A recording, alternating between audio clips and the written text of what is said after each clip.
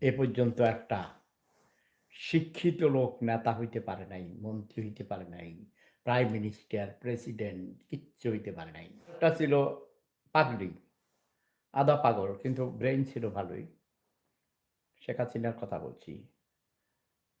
Politician হিসেবে মোটামুটি ভালোই ছিল। কিন্তু দুর্নীতিবাজ ছিল। স্বজনপ্রীতি করেছে, দুর্নীতি করেছে, দুর্নীতির পাহাড় করেছে। জনগণ পার্টির লোকদেরকে বেশি সুবিধা দিতে চাইয়া মানুষের উপর জুলুম করেছে। বিরোধী দলকে দমন করার জন্যে অনেক নির্যাতন করেছে। বেগম খালেদা জিয়ার মতো একটা বুড়ি বেড়ি ৮০ বছরের বুড়িরে জেলখানায় জেলে-মেলে রাইখা অত্যাচার করেছে, অসুস্থ করেছে, মানসিকভাবে রোগী বানাইছে। তারপরে এখন অনেক আশা ভরসা কইরা আমার ভাগিনা এবং শ্বশুর, আমার শ্বশুর যদিও তার পলিটিক্যাল আইডিওলজি আমি পছন্দ করি না। মনে করেছি তাকে বলছি লন্ডনে লেখাপড়া করো, স্কুলে ভর্তি হও। কোনো লেখাপড়া করে নাই। এই ফার্মের মুরগি ৪ দেয়ালের ভিতরে থেকেছে, টেলিফোন করেছে, চাঁদাবাজি করেছে, মাস্তানি করেছে। আগে নাকি খাম্বা চুরি করেছে, কি বলে খাম্বা চোর।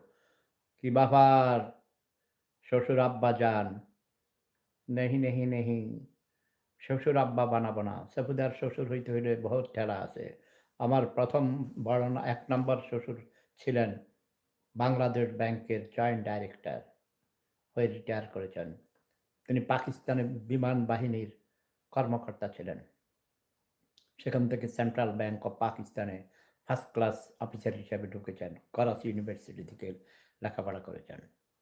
তার ছোট ভাই আলম কাকাও করাচি ইউনিভার্সিটি থেকে মাস্টার্স করেছেন এবং তিনিও সেন্ট্রাল ব্যাংক অফ পাকিস্তানে ছিলেন। পরে বাংলাদেশে এসে বাংলাদেশ ব্যাংকের জয়েন্ট ডাইরেক্টর হয়ে রিটায়ার করেছেন।